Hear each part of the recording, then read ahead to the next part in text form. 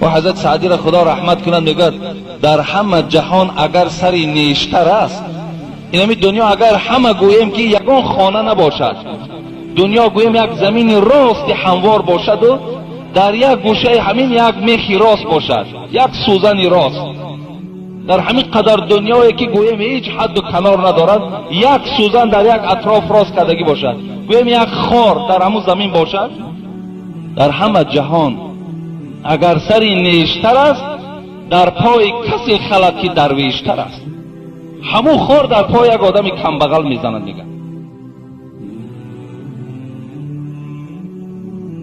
میزان که با همه راستی دارد، میلش طرفی بود که وزنین تر است. حتی همین ترازو را بین میگن، همین ترازو هم میگن یک چیزی حقیقت است، لیکن همیشه بارش میگه به طرف اون وزنینی میرود.